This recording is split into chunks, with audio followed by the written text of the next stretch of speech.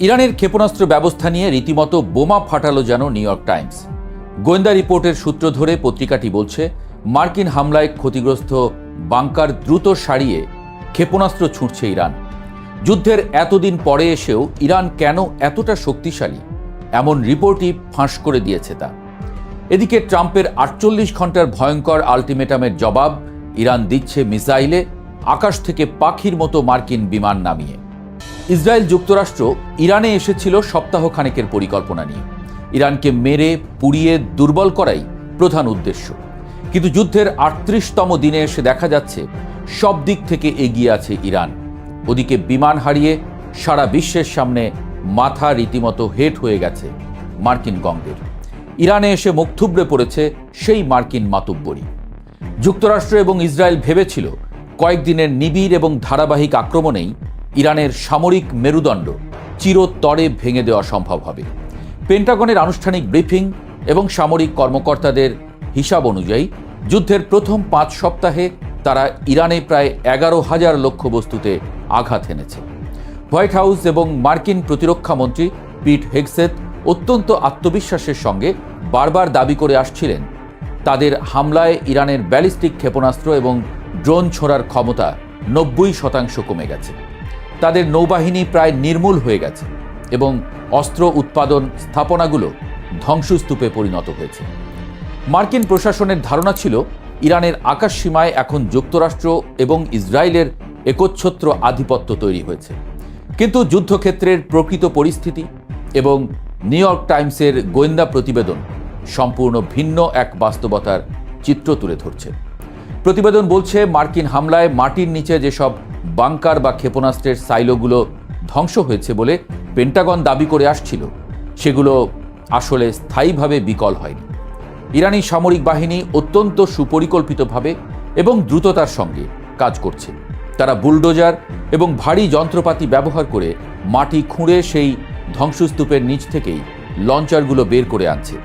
বিমান হামলার মাত্র কয়েক ঘন্টার মধ্যেই সেই লঞ্চারগুলো পুনরায় সচল করে যুক্তরাষ্ট্র ও তার মিত্রদের বিভিন্ন ঘাঁটির দিকে তাক করা হচ্ছে। মার্কিন গোয়েন্দা সংস্থাগুলো এখন স্বীকার করতে বাধ্য হচ্ছে যে ইরানের হাতে ঠিক কতগুলো আসলে লঞ্চার বা ক্ষেপণাস্ত্র অক্ষত আছে সে সম্পর্কে তাদের কাছে কোনো সুনির্দিষ্ট বা নির্ভরযোগ্য তথ্য নেই। ইরান অত্যন্ত চতুরতার সঙ্গে প্রচুর পরিমাণে ভুয়া এবং ডামি ক্ষেপণাস্ত্র ও লঞ্চার ব্যবহার করে প্রতিনিয়ত মার্কিন স্যাটেলাইট এবং নজরদারি ব্যবস্থাকে বোকা বানিয়ে চলেছে। সামরিক পরাশক্তি হিসেবে যুক্তরাষ্ট্র সবসময় তাদের বিমান বাহিনীর অপরাজেয় ক্ষমতার কথা সারা বিশ্বে প্রচার করে এসেছে। বর্তমান মার্কিন প্রশাসনও ঘোষণা করেছিল ইরানের আকাশে তাদের যুদ্ধ বিমানগুলোর অবাধ বিচরণ রয়েছে এবং তেহরানের রাডার বা আকাশ প্রতিরক্ষা ব্যবস্থা তার ঠেকানোর কোনো সামর্থ্য নেই। কিন্তু এই অজেয় ভাবমূর্তির পতন ঘটেছে অত্যন্ত শোচনীয়ভাবে। ইরানের নিজস্ব প্রযুক্তিতে তৈরি আকাশ প্রতিরক্ষা ব্যবস্থার সুনির্দিষ্ট আঘাতে যুক্তরাষ্ট্রের অত্যাধুনিক F-15E স্ট্রাইক ঈগল এবং A-10 থান্ডারবোল্টের মতো যুদ্ধ বিমান ভূপাতিত হয়েছে। এই ঘটনা শুধু পেন্টাগনকেই হতবাক করেনি, পুরো বিশ্বের সামরিক পর্যবেক্ষকদের কাছে মার্কিন শ্রেষ্ঠত্বের দাবিকে ব্যাপকভাবে প্রশ্নবিদ্ধ করেছে।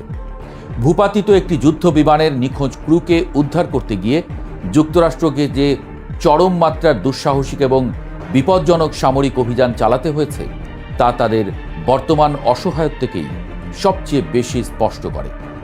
মার্কিন স্পেশাল অপারেশন ফোর্সেসের কমান্ডোরা যখন ঝুঁকি নিয়ে ইরানি ভূখণ্ডের অনেকটা ভেতরে প্রবেশ করে উদ্ধার তৎপরতা চালাচ্ছিলেন, তখন তারা চারপাশ থেকে প্রবল হামলার শিকার হন। নিখোঁজ ক্রুর অবস্থান শনাক্ত করার পর উভয় পক্ষের মধ্যে তুমুল গোলাগুলি হয়। এই উদ্ধার অভিযানের পরিস্থিতি এতটাই নিয়ন্ত্রণের বাইরে চলে গিয়েছিল যে ক্রু এবং কমান্ডোদের নিরাপদে ফিরিয়ে নেওয়ার জন্য পাঠানো দুটি বিশাল মার্কিন পরিবহন উড়োজাহাজ ইরানের একটি প্রত্যন্ত অঞ্চলে আটকা পড়ে। শেষ পর্যন্ত ওই উড়োজাহাজ দুটি যাতে কোনোভাবেই ইরানি বাহিনীর হস্তগত না হয় বা তাদের প্রযুক্তির নাগালে না যায়, সেজন্য বাধ্য হয়ে বিস্ফোরক দিয়ে নিজেদের উড়োজাহাজ নিজেদেরই ধ্বংস করে আসতে হয়েছে মার্কিন বাহিনীকে। একটি সাধারণ উদ্ধার অভিযানের জন্য এমন চরম মূল্য চোকাতে হবে এবং নিজেদের সরঞ্জাম নিজেদেরই পুড়িয়ে ফেলতে হবে, তা মার্কিন সামরিক কর্মকর্তারা ঘুণাক্ষরেও কল্পনা করতে পারেননি। এই অভাবনীয় সামরিক বিপর্যয়ের পাশাপাশি রাজনৈতিক ময়দানে ডোনাল্ড ট্রাম্পের দেওয়া প্রকাণ্ড হুমকিগুলো একে একে মাঠে মারা যাচ্ছে। ট্রাম্প সম্প্রতি তার নিজস্ব সামাজিক যোগাযোগ মাধ্যম ট্রুথ সোশ্যালে ইরানকে 48 ঘন্টার একটি চূড়ান্ত এবং কঠোর আলটিমেটাম দিয়েছিলেন। তিনি সরাসরি হুঁশিয়ারি উচ্চারণ করেছিলেন যে এই নির্দিষ্ট সময়ের মধ্যে হরমুজ প্রণালী সব ধরনের বাণিজ্যিক জাহাজের জন্য খুলে দেওয়া না হলে এবং একটি সমঝোতা চুক্তিতে না পৌঁছালে ইরানের উপর চরম বিপর্যয় নামিয়ে আনা হবে। কিন্তু ইরানের সামরিক কমান্ড এই হুমকিকে বিন্দুমাত্র পাত্তা না দিয়ে অত্যন্ত তাচ্ছিল্যের সঙ্গে প্রত্যাখ্যান করেছে। ইরানি জেনারেলরা ট্রাম্পের এই পদক্ষেপকে একজন অসহায়, আতঙ্কিত এবং ভারসাম্যহীন নেতার বেপরোয়া প্রলাপ বলে আখ্যায়িত করেছেন। শুধু কঠোর বাক্যবাণেই নয়, ইরান তাদের সামরিক জবাবও দিয়েছে তাৎক্ষণিকভাবে। ট্রাম্পের বেঁধে দেওয়া সময়সীমা শেষ হওয়ার আগেই ইসরায়েল এবং কুয়েতের বিভিন্ন গুরুত্বপূর্ণ লক্ষ্যবস্তুতে ব্যালিস্টিক ক্ষেপণাস্ত্র এবং ঝাঁকে ঝাঁকে ড্রোন হামলা চালিয়েছে তেহরান। এসব হামলায় ইসরায়েলের হাইফা শহরের তেল শোধনাগার, শিল্প ভবন এবং জ্বালানি ট্যাঙ্কারে ভয়াবহ অগ্নিকাণ্ডের সৃষ্টি হয়। কুয়েতে অবস্থিত মার্কিন স্বার্থ সংশ্লিষ্ট তেল শিল্প কমপ্লেক্স এবং সামরিক ঘাঁটিতেও আঘাত হানা হয়েছে। এটি অত্যন্ত স্পষ্টভাবে প্রমাণ করে যে নিরবচ্ছিন্ন হামলার 1 মাসের বেশি সময় পার হবার পরও ইরানের সামরিক কমান্ড কাঠামো সম্পূর্ণ অক্ষত এবং কার্যকর আছে। তারা নিজেদের সুবিধা মতো যে কোনো সময় যে কোনো স্থানে নিখুঁত আক্রমণ শানাতে সক্ষম। যুক্তরাষ্ট্রের অভ্যন্তরীণ রাজনীতি, সাধারণ জনমত এবং সামগ্রিক অর্থনীতিতেও এই দীর্ঘায়িত যুদ্ধের মারাত্মক নেতিবাচক প্রভাব পড়তে শুরু করেছে।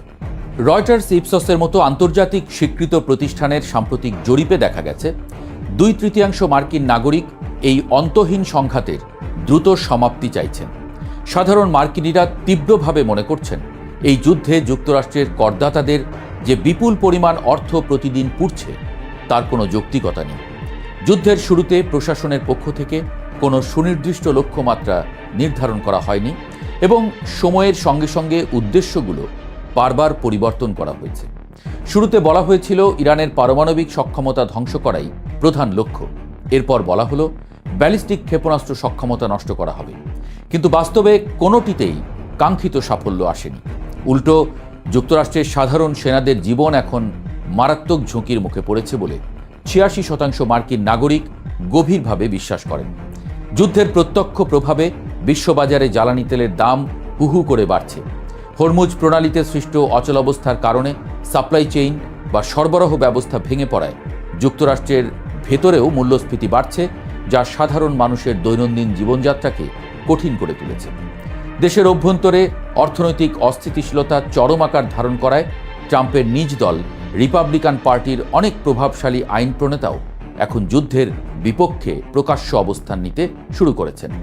তারা প্রশাসনকে স্পষ্ট জানিয়ে দিয়েছেন, কংগ্রেসের আনুষ্ঠানিক অনুমোদন এবং সুনির্দিষ্ট যুদ্ধ পরিকল্পনা ছাড়া এই সংঘাতে তারা আর কোনো বাড়তি অর্থায়ন বা সামরিক বাজেট সমর্থন করবেন না।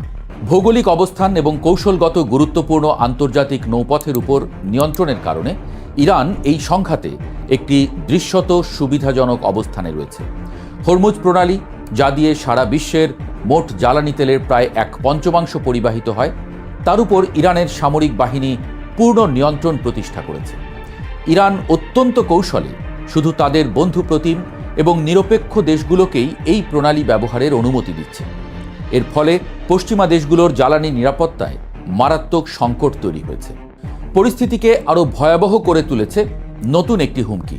ইরানের দিক থেকে এখন লোহিত সাগরের বাব আল মান্দের প্রণালী বন্ধ করে দেওয়ার প্রচ্ছন্ন ইঙ্গিত দেওয়া হচ্ছে। বিশ্বের বাণিজ্য এবং জ্বালানি সরবরাহের এই অত্যন্ত গুরুত্বপূর্ণ পথটি যদি সত্যিই বন্ধ হয়ে যায়, তবে বৈশ্বিক অর্থনীতিতে যে নজিরবিহীন ধস নামবে তা সামাল দেওয়া যুক্তরাষ্ট্র বা তার মিত্রদের পক্ষে কোনোভাবেই সম্ভব হবে না।